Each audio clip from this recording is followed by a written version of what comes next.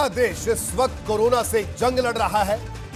देश की सबसे बड़ी आबादी वाला राज्य होने की वजह से यूपी में खतरा कहीं ज्यादा है, इसलिए यहां गांव-गांव में सबसे तेजी से टीकाकरण अभियान चल रहा है। यूपी टीकाकरण में देश भर में दूसरे नंबर पर है।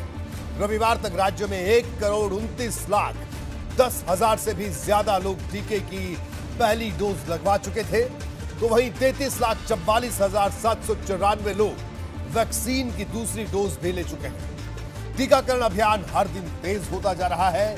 सबसे ज्यादा जोर गांव पर है, इसलिए यहां वैक्सीन लगाने के लिए चप्पे चप्पे पर टीमें घूम रही हैं, लेकिन इनके खिलाफ साजिशें रची जा रही हैं। लोगों को टीके से डराया जा रहा है। सबसे ज्यादा चुभने वाली बात यह है कि लोगों के बीच खतरनाक झूठ फैलाया जा रहा है। एबीपी गंगा के कैमरे पर कुछ लोगों ने कहा कि टीके की वजह से मौत हो जाती है। सोचिए कितना बड़ा झूठ है। आखिर ये बात गांव के कुछ लोगों के बीच ही सही, लेकिन आई कहां से? इसी से अंदाजा लगाया जा सकता है कि ये कोई साधारण मामला नहीं हो सकता, ये बड़ी साजिश का हिस्सा हो सकता है।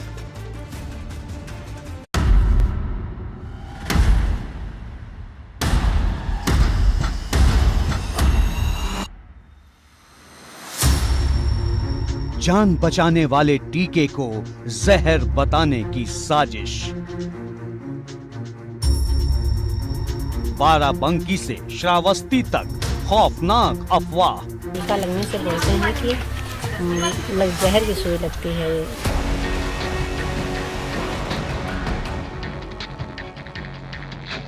जब गांव में बुलाने गए तो इतना डर गए आदमी सब कि इसका टीका लगवाने से आदमी मर जाता है। टीके के डर से नदी में कूदकर भागे लोग।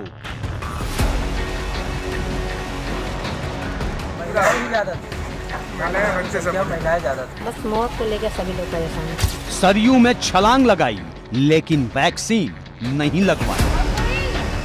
थोड़ा पानी था, अच्छा जांग भर टिवनी भर पानी था, बस डर के मारे कूद के भाग गए वहां तक। किसने फैलाया टीके से मौत का झूठ? लाखों लोगों की जिंदगी का दुश्मन कौन?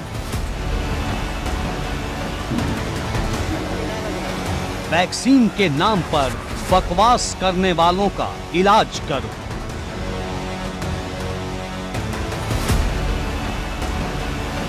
बात तो चुभेगी।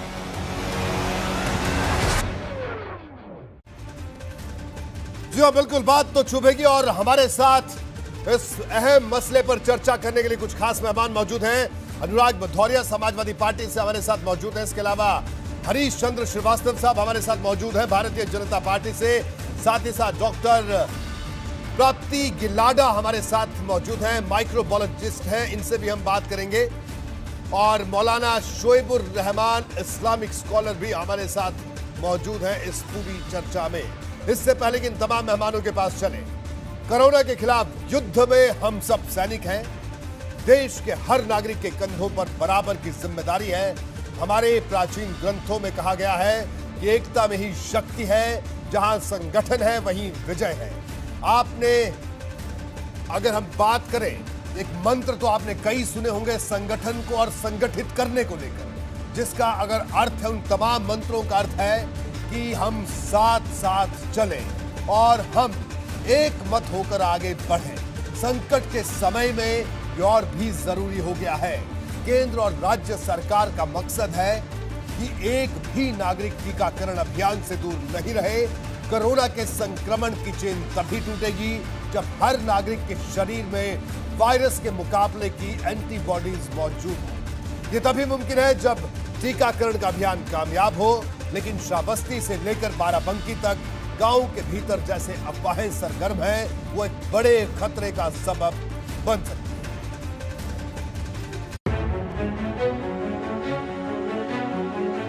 वैक्सीन के विरोध में जहरीली अफवाह का संक्रमण श्रावस्ती के बाद बाराबंकी तक पहुंच गया है। ये तस्वीर जिले के रामनगर की है, जहां के तराई इलाके के गांव सिसोड़ा में वो हुआ जिसकी स्वास्थ्य विभाग की टीम को कल्पना तक नहीं थी। जैसे ही यहाँ टीकाकरण के लिए टीम पहुंची तो गांव वाले डर गए। कई लोग सरयू नदी के किनारे आकर बैठ गए। इनमें ज्यादातर महिलाएं थी जो टीका नहीं लगवाना चाहती थी। समझाने की कोशिश के बाद वो सरयू नदी की धारा में उतर गई। नदी में पानी कम होने की वजह से ये महिलाएं पानी के बीच से होकर नदी के बीच के टापू पर पहुंच गईं।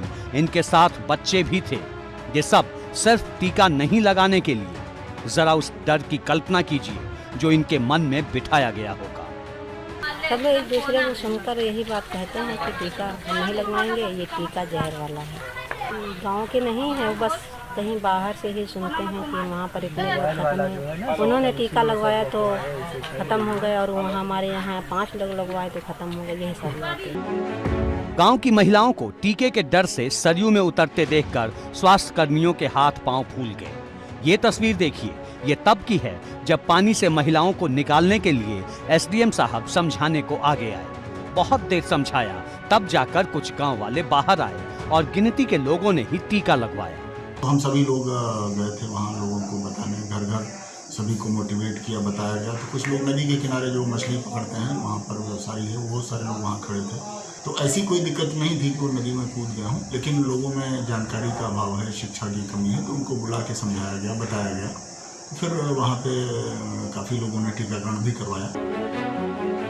गांव के ज्यादातर लोग सिर्फ यही दोहरा रहे थे कि टीके में जहर है। ये बात कहां से इनके दिमाग में आई, किसने बिठाई और अफवाह वाली साजिश का मास्टरमाइंड कौन है, ये तो पड़ताल के बाद ही पता चलेगा। फिलहाल एक ऐसे ग्रामीण से लोगों के डर की बानगी सुन लीजिए जिन्होंने खुद टीका लगवाया है। टीकाकरण के लिए लगाने के लिए टीम आई तो लोग डरने लगे। हम खुद लगवाए थे कल। हम गए, पहला नंबर हम बोले कि हमारा लगाइए। एक आदमी और पहुंचा, 2 आदमी हम लोग का हम लोग लगाइए। और जब गांव में बुलाने गए तो इतना डर गए आदमी सब कि इसका टीका लगवाने से आदमी मर जाते। इसीलिए डर के मारे भागना शुरू कर दिए। तो बहाल कुछ नहीं हुआ, खाली डर के मारे वो लोग भाग के नदी किनारे पकड़ लिए। बहुत समझाने बुझाने के बाद 1,500 लोगों की आबादी वाले इस गांव के 18 लोगों ने फिलहाल वैक्सीन लगवाई है। बाकी के जहन से डर निकालने की कोशिशें हो रही हैं। आप सबके सहयोग के कारण पिछले 4-5 दिनों में जनपद बाराबंकी प्रदेश में टॉप 3 में रहा है।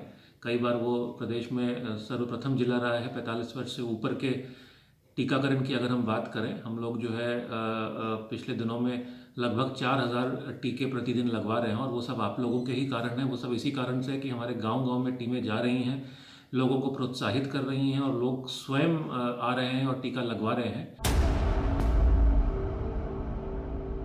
बात तो चुभेगी में 21 मई को हमने आपको दिखाया था कि किस तरह यूपी के श्रावस्ती के एक गांव परसोत्तमपुर में टीके को लेकर लोगों के बीच अफवाह फैली हुई है और लोग डर के मारे वैक्सीन लगाने को तैयार नहीं।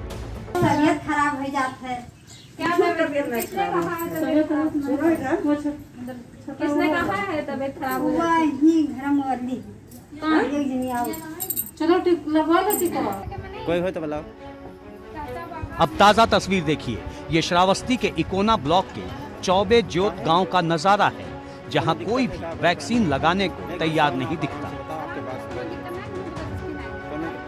स्वास्थ्य कर्मियों की टीम को बैरंग लौटना पड़ रहा है। एक महिला ने तो यहां तक कह दिया कि टीके में जहर है। मैंने जहर की सुई लगवाई। कौन चीज के सुई? कौन चीज के सुई? अब क्या जाना कौन चीज? तो तू का के जहर बताई दिन? अरे हम लगवाए हैं तो हम जिंदा खड़े हैं तेरे सामने। लगवा लो, सही है। पूरे गांव में सन्नाटा है। घर का दरवाजा खटखटाने पर बच्चे कहते हैं कि कोई घर में नहीं है। दरअसल ये टीके की वजह से फैला डर है। चुभने वाली बात यह है कि वैक्सीन की राह में अफवाह की ये दीवार जब तक नहीं ढहती, तब तक इन गांव के लोग टीके के सुरक्षा कवच से शायद ही लैस हो पाएं। एबीपी गंगा के लिए श्रावस्ती से सतीश कश्यप के साथ बाराबंकी से अम्मार रिजवी की रिपोर्ट। बिल्कुल तमाम मेहमान हमारे साथ मौजूद है और हमने आपको दिखाया बाराबंकी की तस्वीर, हमने आपको दिखाई श्रावस्ती की तस्वीर, दिखाई कि किस कदर लोगों में डर है, ग्रामीण लोगों में, ग्रामीण आबादी में। और बड़ी हैरान करने वाली ये बात है तमाम मेहमान हमारे साथ मौजूद हैं। सबसे पहले हरीश चंद्र श्रीवास्तव जी के पास चलते हैं। भारतीय जनता पार्टी के नेता प्रवक्ता हरीश जी, क्या कहना है, क्या लगता है, क्या कोई साजिश है ये? क्योंकि गांव की महिलाएं कह रही, आशा बहू कह रही हैं कि बाहर के लोगों ने अफवाह फैलाई है गांव में। ये कौन है ये लोग? आपको मैं साधुवाद देता हूं कि इस बहुत महत्वपूर्ण विषय पे आज आप चर्चा लेकर के आए हैं।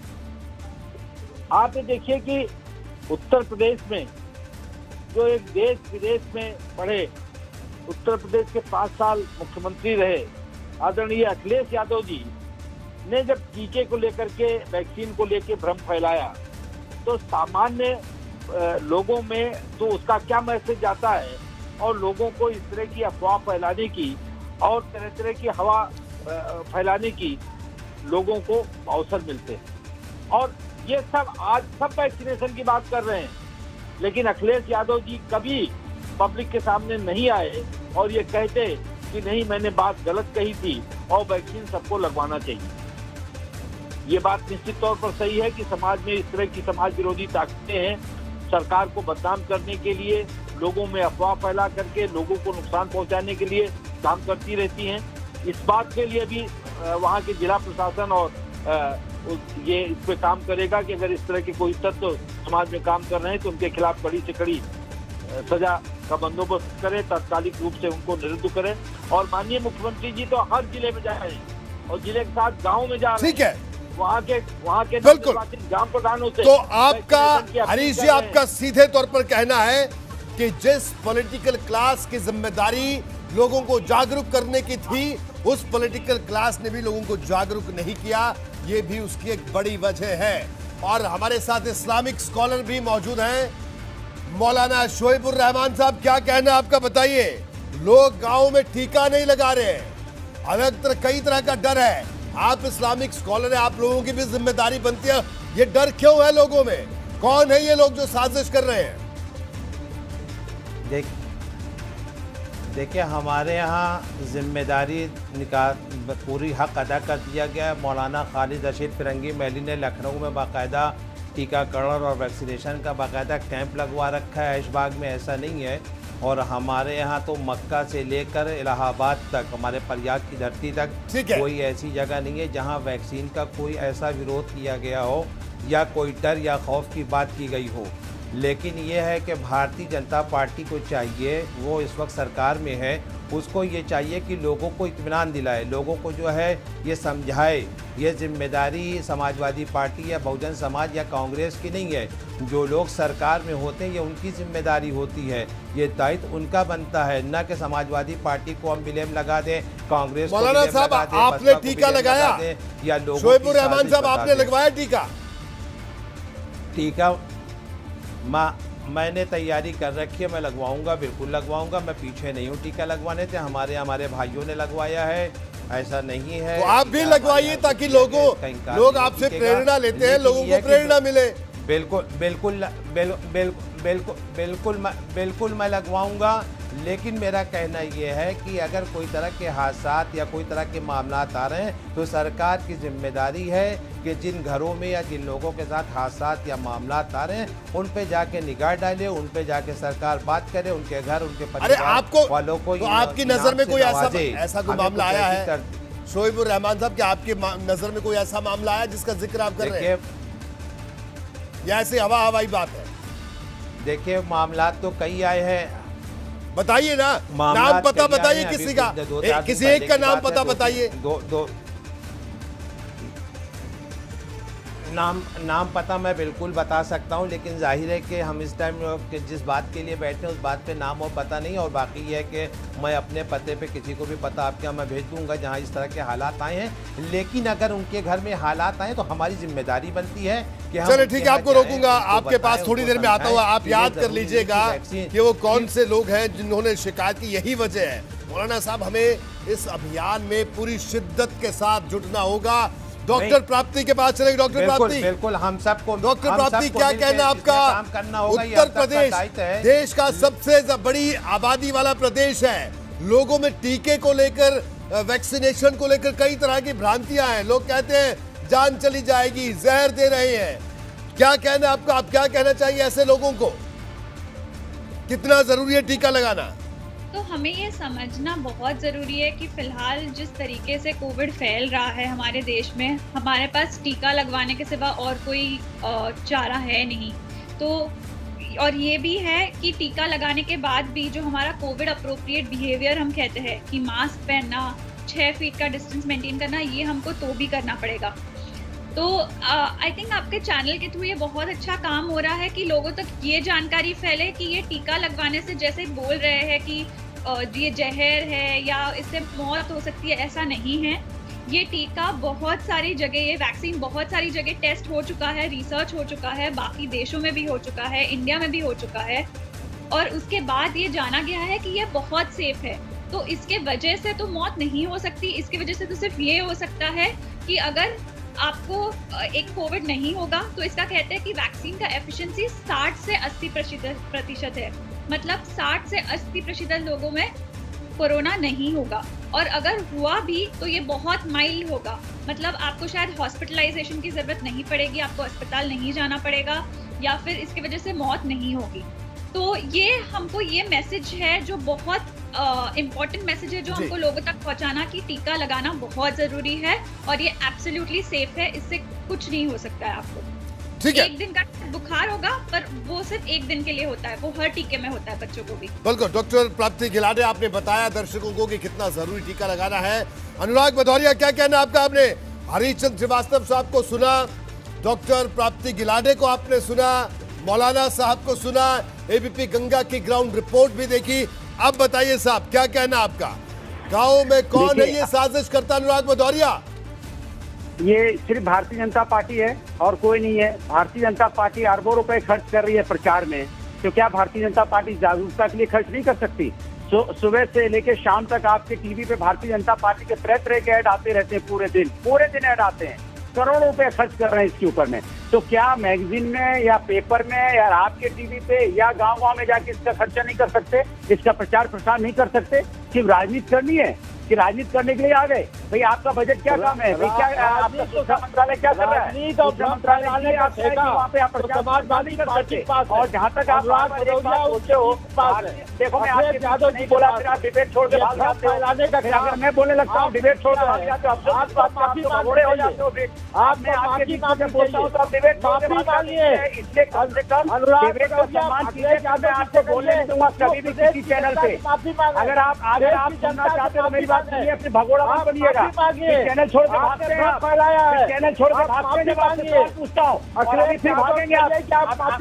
भगाओ अभी भगाओ, अभी छोड़ के भागेंगे। मैं चैलेंज करता हूँ, देखिए सुनिए, ये चैनल छोड़ के भागेंगे? अच्छा ये बताइए, चलिए मैं आपसे चैनल छोड़ के ना भाग जाए तो मेरा नाम बदल दीजिएगा आप। अच्छा चलिए, अच्छा सुनिए, आप चैनल छोड़ के भागेंगे? सुनिए आप करिए और करें। अच्छा सुनिए ना, आप करिए और बता दीजिए ब्लैक फंगस क्या है, चलिए बता दीजिए। माफी मांगिए, पीसीआर का फुल फॉर्म बता दीजिए। चलिए मैं जान जाऊंगा कि आपको वैक्सीन का बहुत आइडिया है, करिए और पीसीआर का फुल फॉर्म बता दीजिए।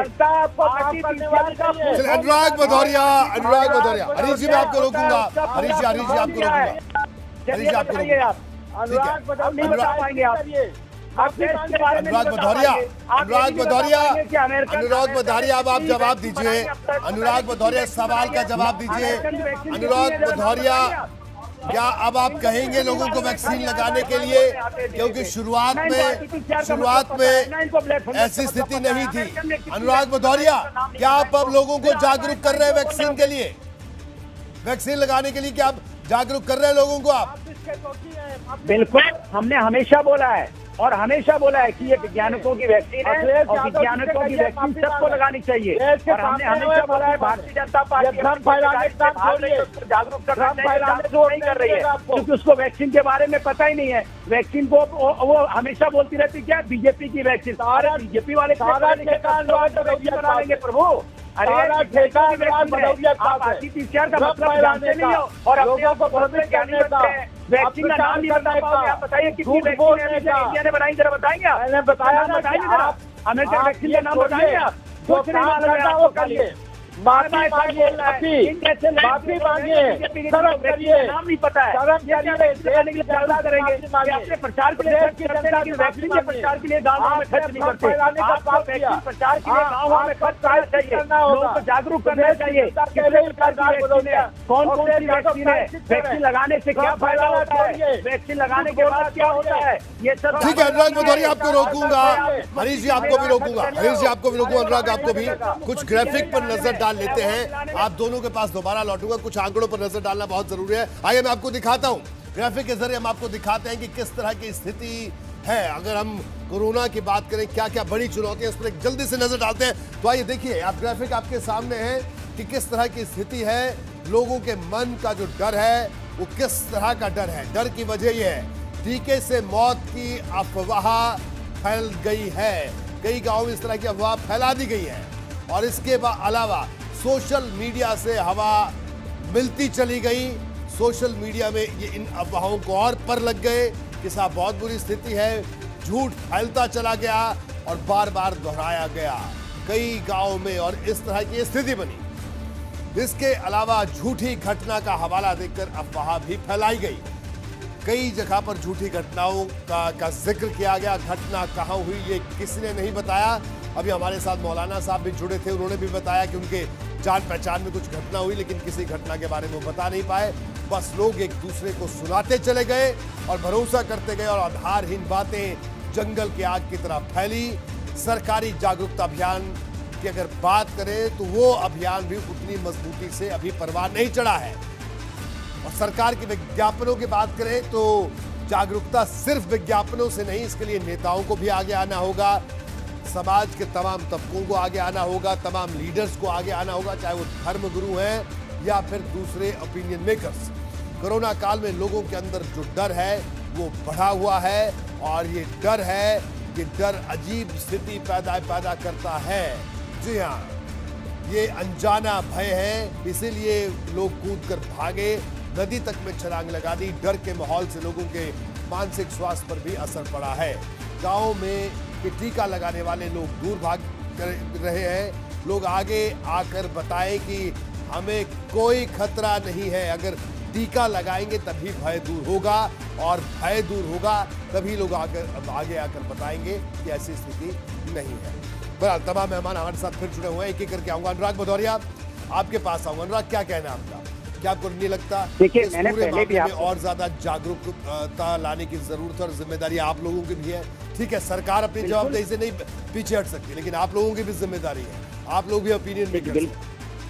बिल्कुल सभी की जिम्मेदारी है समाज के अंदर में, चूंकि कोरोना है बहुत तेजी से अपने पैर फैला रहा है, लोगों की गांव-गांव में मौतें हो रही हैं। जो उत्तर प्रदेश की जो सरकार है, गांव-गांव में मौतें जो हो रही है उनके लिए ऑक्सीजन की व्यवस्था तो कर नहीं पा रही, न दवा की व्यवस्था कर पा रही है, और वैक्सीन की व्यवस्था तो ये क्या ही करेगी जब दवा ऑक्सीजन नहीं दे पा रही है। और वैक्सीन की जहां तक मैं बार बार कह रहा हूं कि सरकार को वैक्सीनेट करना चाहिए सबको, लेकिन सरकार ने सही समय पे सही वक्त पे सही फैसले नहीं ले पाती है। ये सरकार के पास वैक्सीन की कमी है, वैक्सीन पूरी तरह से सरकार के पास नहीं है, और सरकार जितना बजट खर्च करती है, मैं बार बार कह रहा हूँ, सरकार भारतीय जनता पार्टी के जो नेता है वो जाके गाँव में प्रचार करने के, गाँव में बताने को तैयार नहीं है। समाजवादी तो कह रही है कि वैक्सीन लगानी चाहिए, सबको लगानी चाहिए, लेकिन भारतीय जनता पार्टी का भ्रष्टाचार का क्या करें जब वहाँ पे शामली में वैक्सीन लगाने जाती है तो कब तक झूठ बोलोगे? अखिलेश यादव कभी सामने आए, प्रदेश की जनता को गुमराह करने का पाप किया होता है, कभी आए? जो समय से इनके यहाँ पे एम्बुलेंस की व्यवस्था नहीं हो पाती है, समय से साइकिल पे आपने देखा होगा वैक्सीन के एक सर्टेन टेम्परेचर की करती है, वैक्सीन खुले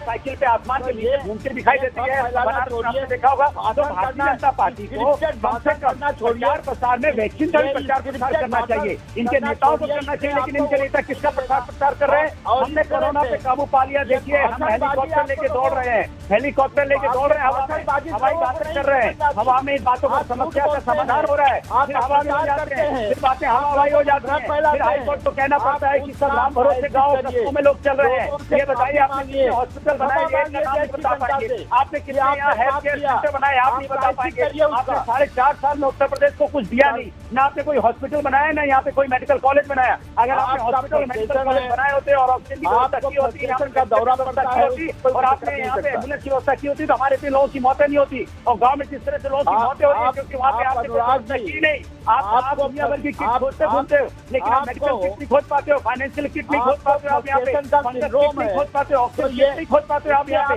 कमाल की किट खोज सकते होने वाला नहीं, आप राजनीतिक भाषण बाकी से आपको उत्तर प्रदेश की जो जनता है आपको ऑक्सीजन किट नहीं देगी, राजनीतिक ऑक्सीजन किट जो आप खोज रहे हो ना हेलीकॉप्टर लेके। अनुराग भदौरिया आप ये बताइए, इनकी जगह अगर आप होते तो क्या करते? क्योंकि आपने उत्तर प्रदेश की जनता के साथ अन्याय किया है, उत्तर प्रदेश जनता की लाशें नदियों में तैरती हुई हैं, जानवर मरते हुए उससे दिखाई पड़े हैं, इसलिए आप अपनी नाकामी से नहीं भाग सकते। क्यों रोहित जी, आप अनुराग भदौरिया के लिए भाषण का मंच देते हैं? नहीं, ये कोई डिसिप्लिन होना चाहिए। अच्छा, आप आरटीपीसीआर का फुल फॉर्म बताइए पहले, आरटीपीसीआर का फुल फॉर्म बताइए पहले, आरटीपीसीआर का फुल फॉर्म बताइए। बहुत कभी तक बोल रहे हैं आप 5 वैक्सीन का नाम बता दीजिए चलिए, तो ये तो अगर आप वैक्सीन का नाम बताइए, मैं जान जाऊंगा कि आपका वैक्सीन के बारे में कितने अध्ययन किया है। तो 5 वैक्सीन का नाम बताइए, 5 वैक्सीन का नाम बताइए, आप मैं जान जाऊंगा वैक्सीन के बारे में बात करने आए हैं। आपको वैक्सीन का नाम पता?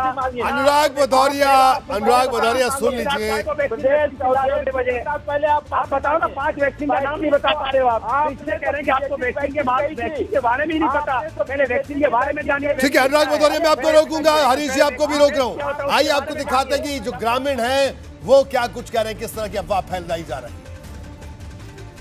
सब एक दूसरे में सुनकर यही बात कहते हैं कि टीका हम नहीं लगवाएंगे, ये टीका जहर वाला है। गांव के नहीं है, वो बस कहीं बाहर से ही सुनते हैं कि वहाँ पर इतने लोग खत्म हैं, उन्होंने टीका लगवाया तो ख़त्म हो गए, और वहाँ हमारे यहाँ 5 लोग लगवाए तो ख़त्म हो गए। यही सब मैंने जहर की सुई लगवाएंगे। कौन चीज़ के सुई? कौन चीज़ के सुई? अब क्या जाना कौन चीज़? तो तू का के जहर बताए दिन? अरे हम लगवाए हैं तो हम जिंदा खड़े हैं तेरे सामने। लगवा लो, सही है।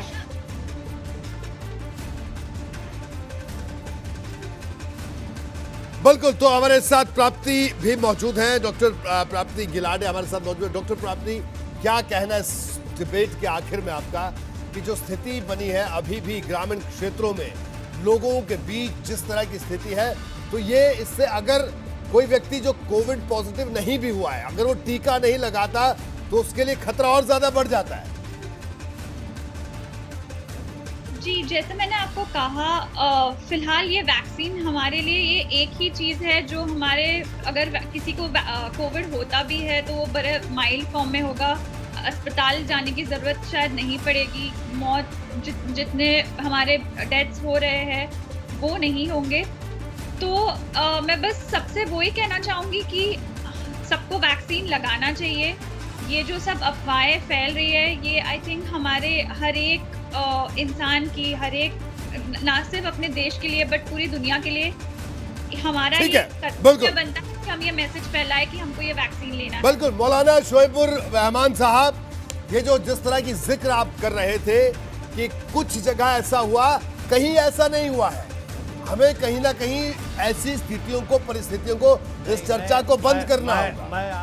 मैं आपकी बात पर मेरी बात आप सुन लें। पहले मैंने आपसे ये कहा कि मेरे तक कुछ बात आई, मैंने ये नहीं कहा कि मेरे जान पहचान वाले लोग। पहली बात। दूसरी बात यह है कि वैक्सीन के फार्मूले में ही इख्तिलाफ रहा है। रशिया कहता है मेरी अपनी वैक्सीन है, अमेरिका कहता है मेरी अपनी वैक्सीन है, इसराइल का कहना मेरी अपनी वैक्सीन है। हमारी मोहतरमा मैडम साहिबा बता रही हैं, जो कि डॉक्टर हैं, उनको ये पूछना चाहिए, हम उनको ये बताना चाहिए कि कौन सी वैक्सीन कहाँ और किन हालात में लगवानी चाहिए। इस तरह की डिटेल पब्लिक के सामने आ जाएगी तो जो पब्लिक के अंदर खौफ है, डर है, वो ख़त्म हो जाएगा।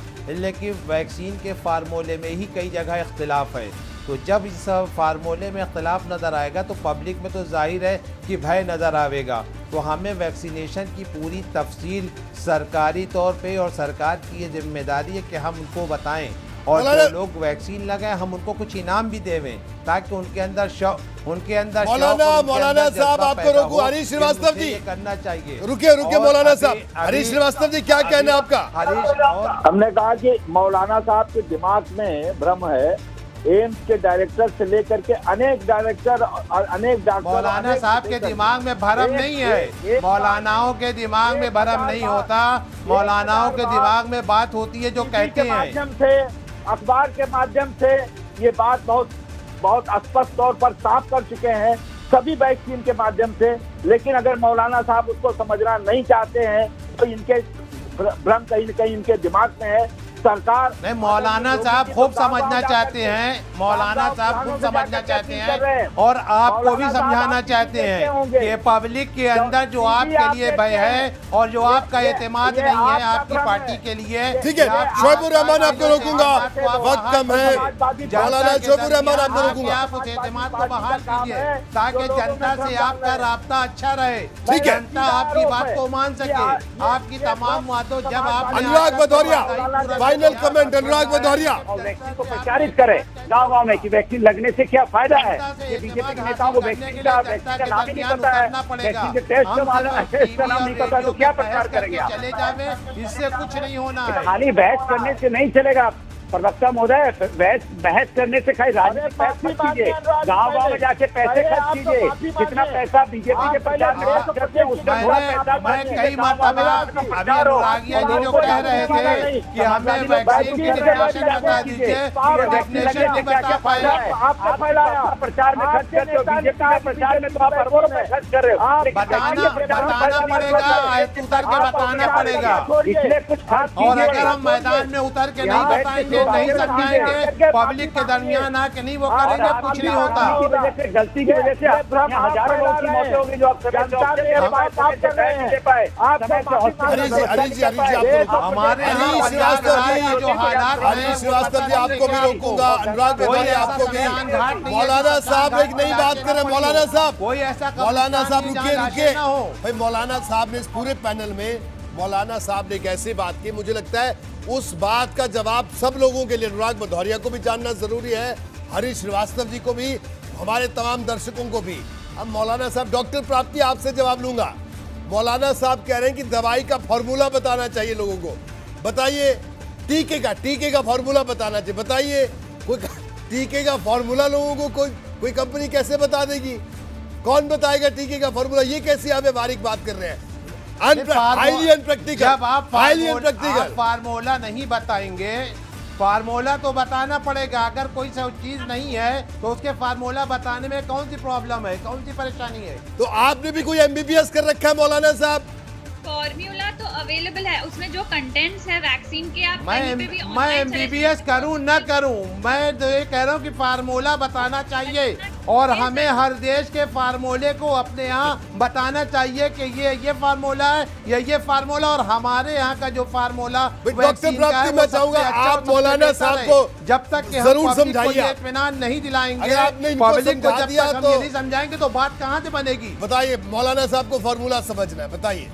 मुझे ना समझाइए, मैं तो समझ रहा हूँ। क्या समझा? हमें तो जनता को समझाना है, भारत की जनता को समझाना है, जिसके अंदर भय है, जिसके अंदर डर है, जिसके अंदर खौफ है। वैक्सीन के अंदर जो कंटेंट है वो भ्रम फैलाया अखिलेश यादव ने, ये कह के बीजेपी की वैक्सीन है, कीजिए या कहीं ये भ्रम उन्होंने फैलाया। जो पैम्फलेट है वो सब जगह सर्कुलेट हो रहा है। जो लोगों को जानना जरूरी है वो ये चीज है कि वैक्सीन किस तरीके से काम करती है।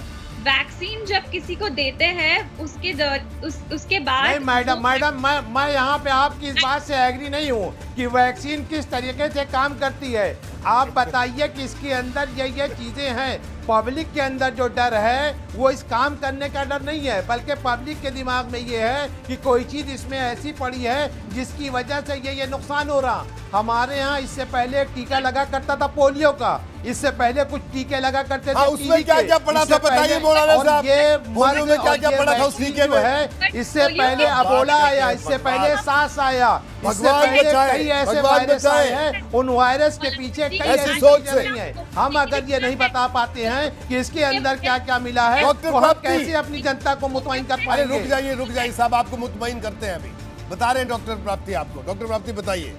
मैं आपको वो भी बोलना चाहती हूँ, जो पोलियो के टीके में था उसी के वजह से आज हमारा देश में कोई भी पोलियो का केस नहीं देखा जाता है। तो पोलियो के वैक्सीन से हम उस बीमारी पे जीत चुके हैं। और हमारे लिए यही जानना जरूरी है कि जो वैक्सीन होता है वो एंटीबॉडीज बनाता है, और एंटीबॉडीज ये कोई भी बीमारी से लड़ने के लिए बहुत जरूरी होती है, और ये टीका ही है जो एंटीबॉडीज दे सकता है किसी को। या फिर वो टीका होगा, या फिर किसी को अगर कोरोना हो गया है तो उनमें मैडम हम ये बताने से क्यों कतरा रहे हैं कि एंटीबॉडीज में क्या क्या चीजें हैं, ये हम बता दें पब्लिक को कि इसमें कोई ऐसा केमिकल नहीं है, कोई ऐसी चीज नहीं है जिससे हमारे जिस्म को नुकसान होगा। ये बताने में क्या हर्ज है? आप अंदाजा लगाइए बिल गेट्स ने अभी चंद दिन पहले क्या कहा था कि मैं भारत को फार्मूला नहीं दूंगा। हमने बिल गेट्स को क्यों नहीं दबोचा? अरे मौलाना शोएपुर साहब रुकिए, मैं एक सवाल पूछ रहा हूँ हरीश जी से। हरीश जी, मेरी आपसे विनती है कि मुझे लगता है कि आपको एक पूरी सरकार से अगर आप कुछ करवा सके तो मौलाना साहब के लिए एक अलग इंस्टीट्यूट बनवाना पड़ेगा और उस इंस्टीट्यूट में बड़े बड़े लोगों को बुलाइए जो इनको समझाए, जो इनको समझाए कि वैक्सीन में क्या पड़ा है। पता नहीं कौन और क्या आप बात ही ऐसी कर रहे हैं मौलाना साहब। भारत की उस जनता पे कमेंट कर रहे हैं जो वो चाहती है। भारत की जनता पढ़ी लिखी जनता है और कोई आदमी ऐसा नहीं होगा जो आपसे ये नहीं पूछने का उसको हक है कि इसके अंदर मिला क्या क्या है। हमारे यहाँ अगर कोई चीज आती है तो उस पर लिखा होता है कि ये चीज इसमें मिली है, तो ये बताने में क्या हर्ज है कि इस वैक्सीन के अंदर ये चीजें मिली है। हम क्यों गलत? हम अगर गलत नहीं है और ये जनता हमारे लगाएंगे के अंदर ये चीज अगर जा रही है तो क्या मुझे ये बात जानने का हक नहीं है कि इस वैक्सीन के अंदर क्या क्या मिला है? क्या ये मेरा अधिकार नहीं है? इसमें अधिकार तो वो जाऊंगा, वांछित कर दिया जाऊंगा। बहुत जबरदस्त अधिकार। मैं आपकी एक बात मान लूं कि साहब मैं लगा लूं, बस हमारे एंटीबॉडीज है तो आप लगाएंगे नहीं लगाएंगे? मेरा अधिकार है कि मैं पूछ सकता हूं कि इस वैक्सीन के अंदर क्या है। अरे साहब आप एक काम करिए, जब आपको वैक्सीन लगेगी जाइए कल ये बताने। अच्छा ठीक है मौलाना सुनिए, अरे मौलाना सुनिए, आप कल जाइए, कल अपने आपको वैक्सीनेट करवाइए।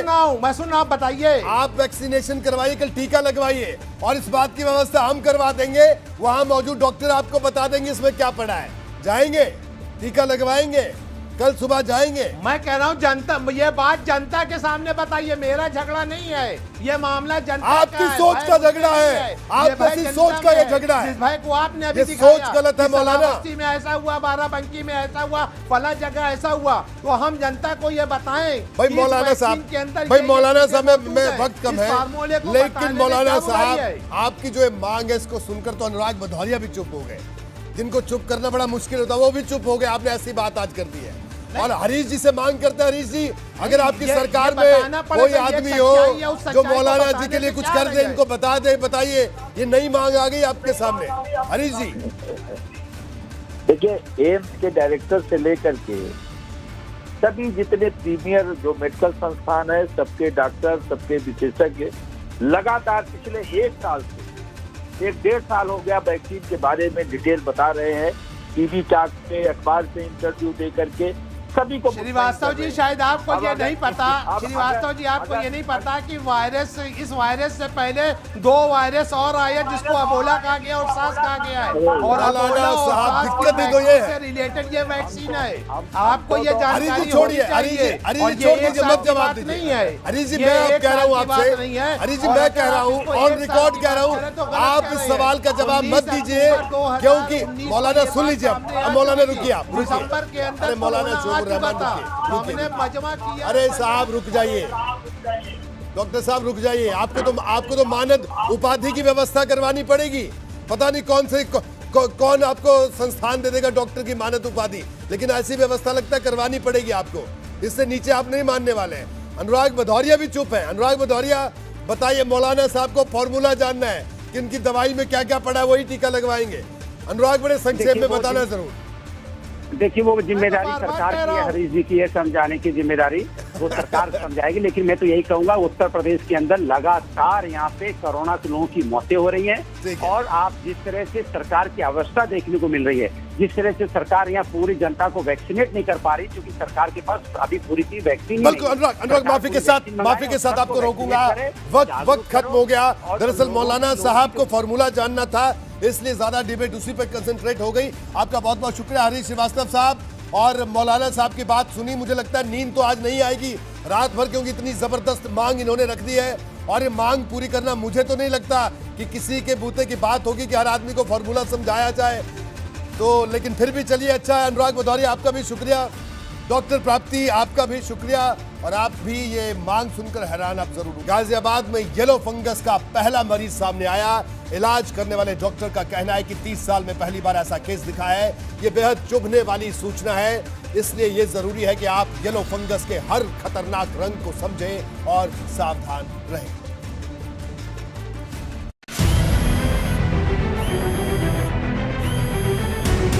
गोल आकार में दिख रही ये एक मरीज की नेजल इंडोस्कोपी की तस्वीर है।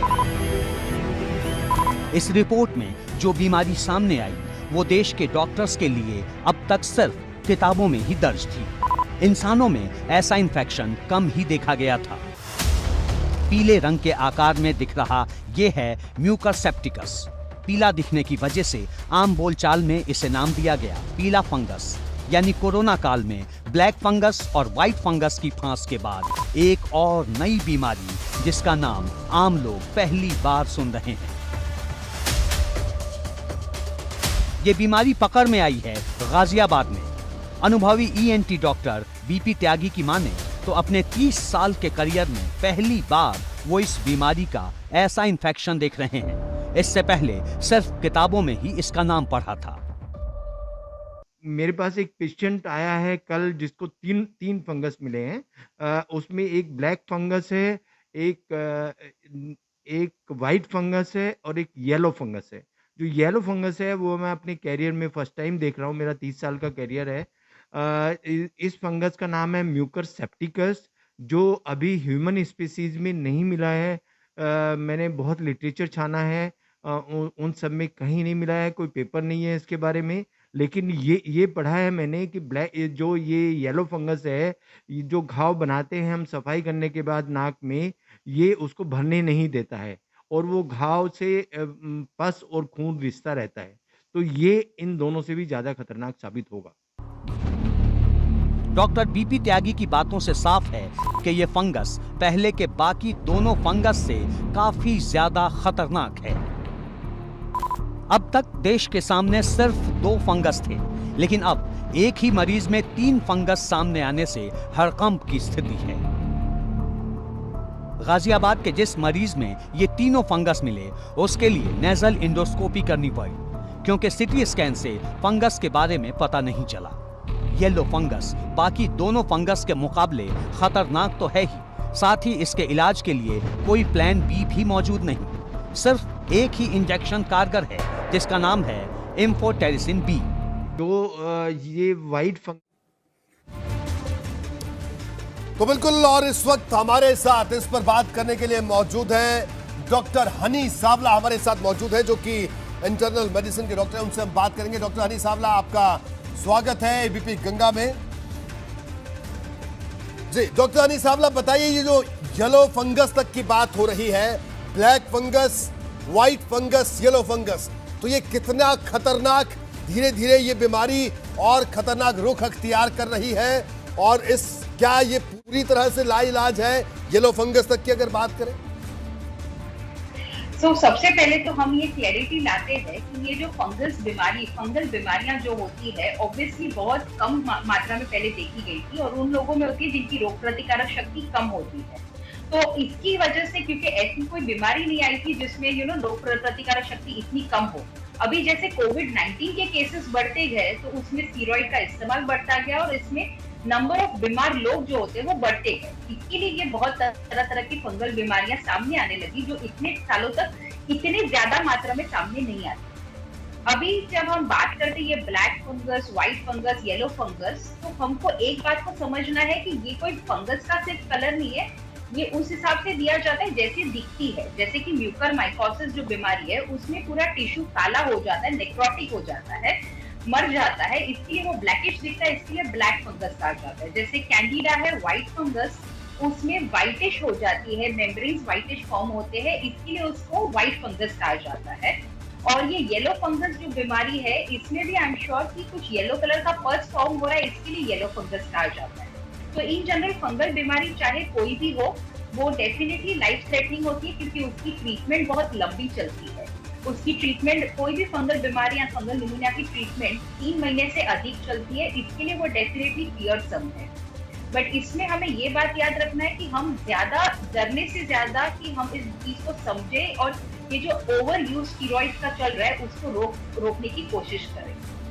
जी बिल्कुल। डॉक्टर साहब आप हमारे साथ बने रहिए, मैं आपके पास दोबारा लौटूंगा। दर्शकों को कुछ ग्राफिक पर हम नजर डाल लेते हैं जो कि बहुत जरूरी है डालना। ये आपको दिखाते हैं कि क्या स्थिति है पीले फंगस की वजह। हम आपको दिखाते हैं साफ सफाई की कमी, अगर साफ सफाई ढंग से नहीं है, आसपास ज्यादा नमी है, बासी खाना खाना और सही नमी का स्तर 40 से 30% तक अगर है तो भी ये ब्लैक फंगस की तमाम वजहें हो सकती हैं। डॉक्टर हनी सावला, ये पीले फंगस की वजह पर हम बात कर रहे हैं, तो क्या बासी खाना खाने से भी ये इसकी संभावना है होने की? क्योंकि इस तरह की बात भी सामने आ रही है कि अगर फ्रिज में रखा हुआ खाना अगर खाएं, क्या ये सच है? बेसिकली ये जो भी फंगस जो मोल्ड्स जो होते हैं वो एनवायरनमेंट में प्रेजेंट होते हैं और वो सड़ान वाली चीजों पे हमेशा ग्रो करते हैं। फंगस को हमेशा ऐसे ही देखा गया था कि फंगस ग्रो करते हैं सड़ी हुई चीजों के ऊपर, बट इसका ये बीमारी के साथ जो येलोइश फंगस जिसको नाम दिया है उसका कोई खाने के साथ में रिलेशन नहीं है, क्योंकि वो अंदरूनी इम्यूनिटी के साथ रिलेटेड है। इसके लिए ऐसा नहीं है कि बाहर से कोई खाना बासी खाने की वजह से हो रहा है, सिर्फ इम्यूनिटी कम होने की वजह से ये सारे फंगस जो है वो ग्रो कर पा रहे हैं। फंगस एनवायरनमेंट में हमेशा प्रेजेंट होते हैं, सिर्फ उनको मीडियम चाहिए होता है ग्रो करने की। बिल्कुल। डॉक्टर हनी सावला आप बने रहिए हमारे साथ। कुछ और ग्राफिक दर्शकों को दिखाते हैं कि किस तरह से फ्रिज जो कि हर घर में है, फ्रिज की सफाई का खास ख्याल रखने की जरूरत है। जी हम फ्रिज की हम बात कर रहे हैं कि फ्रिज की सफाई कर ले। तंग और ज्यादा नमी वाली जगह पर यह फंगस पनपता है और फ्रिज में ऐसी कई जगह होती है। बिना धुले फल सब्जियां खाने से खतरा है।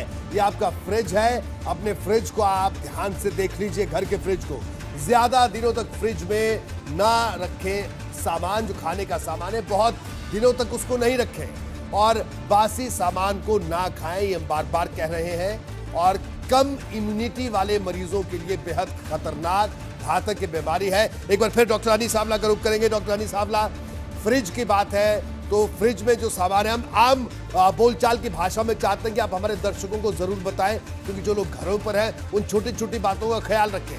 जी एब्सोल्युटली, जो भी घरों में है अभी, ये आज के लिए नहीं जब कोविड है, बट ये हमेशा के लिए हमारे कुछ प्रिकॉशंस हमें हमारी जीवन शैली में बदलने की जरूरत है, जिसमें से एक है बासी खाना नहीं खाना चाहिए। हमेशा जो भी खाना हम खाते हैं, जो भी रॉ फ्रूट्स वगैरह होते हैं, उसको धो करके खाना चाहिए और हमको क्लीन सैनिटाइज एनवायरनमेंट में, यानी कि एकदम क्लीन परीक्षण में ही एनवायरनमेंट में रहना चाहिए। Cleanliness is next to godliness, ये हमको बचपन से सिखाया गया था। जो इंसान स्वच्छ रहता है उसको बीमारियों का संक्रमण कम होता है। इसके लिए आज की तारीख में कोविड-19 ने तो एक चीज तो हमारे सामने तय कर दी है कि फिटनेस जरूरी है, इम्यूनिटी जरूरी है, और तीसरी जो बहुत इंपॉर्टेंट है वो है क्लीनलीनेस, जो बहुत जरूरी है कि हम कोई भी फंगल बीमारी, बैक्टीरियल बीमारी, वायरल बीमारी के संक्रमण से बच सकते हैं अगर हम क्लीन रहते हैं। तो हर तरह की क्लीनलीनेस, चाहे वो फ्रिज की हो, घर की हो या अपने हाथों की हो, बहुत जरूरी है। बिल्कुल। तो अपने घर का फ्रिज आप आज ही देखिए, उसको जरूर साफ करें और ज्यादा दिन पुराना सामान उसमें ना रखें और उसका इस्तेमाल ना करें, क्योंकि ये घातक हो सकता है। बिल्कुल आगे बढ़ते हैं। घर में धूप का आना बेहद जरूरी है। धूप बहुत जरूरी है घर में आना। ये भी एक बड़ी बात हम आपको बता दें कि धूप आने से कम होती है नमी, तो इसलिए घर में धूप आना बेहद जरूरी है। और ज्यादा नमी से फंगस पनपने का खतरा होता है कि अगर नमी ज्यादा है तो फंगस ज्यादा पनपता है, इसलिए घर में धूप आना जरूरी है। धूप में एंटी बैक्टीरियल ताकत होती है जिससे बैक्टीरिया नहीं पनपता है। और घर के हर हिस्से की साफ सफाई करें, सफाई का खास तौर पर ध्यान रखें और बरसात के मौसम में खास तौर पर सावधानी बरतें, क्योंकि बरसात का मौसम अब आने वाला है और ह्यूमिडिटी और खास तौर पर नमी की समस्या की है वो बरसात के मौसम में खूब होती है। डॉक्टर हनी सावला, क्या कहना है आपका? घर की सफाई, धूप घर पे आए और बरसात के मौसम में खास ख्याल रखने की जरूरत है। मानसून आने वाला है कुछ दिनों बाद। एब्सोल्युटली, क्योंकि मानसून के लिए हम हमेशा हमको ध्यान रखना है कि हम उबाले हुए पानी ही पिए और डेफिनेटली ध्यान रखें, क्योंकि अभी एक बीमारी से तो हम लड़ रहे हैं, अगर ऐसी ही अनगिनत बीमारियां आती जाएगी तो इससे लड़ना मुश्किल हो जाएगा, हेल्थ केयर सेक्टर के लिए भी और पेशेंट्स के लिए भी।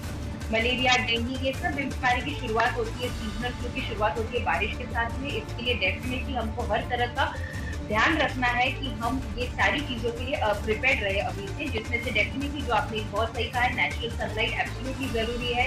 बाकी चीजों का उपयोग नहीं करना है। कोई भी चीज रास्ते की हम जो खाने पीने की आदतें रखते थे पहले, उसको कम्प्लीटली अवॉइड करना है, क्योंकि बारिश के मौसम में वैसे ही बीमारियां बढ़ती है। बिल्कुल। और उससे बचने के लिए सतर्कता जरूरी है। बिल्कुल। इसके अलावा आपको बता दें कि मास्क का साफ होना बेहद जरूरी है और गंदे मास्क का इस्तेमाल करने से बिल्कुल बचना चाहिए। हर दिन साफ मास्क पहने, नया मास्क पहने, एक ही मास्क को दूसरी बार यूज मत करें। रीयूजेबल मास्क को हर दिन धोए, कपड़े का मास्क है तो उसको रोजाना धोए, अच्छी तरह से सुखाकर ही पहने, गीला मास्क बिल्कुल ना पहने। मास्क में नमी सेहत के लिए खतरनाक हो सकती है, इस बात का खास ख्याल रखें। तो ये तमाम बातें जो आपको खास ख्याल रखनी है। डॉक्टर हनी सावला, मास्क को लेकर आप जरूर दर्शकों को आखिर में संक्षेप में जरूर बताइए, क्या सावधानी बरतने की जरूरत है?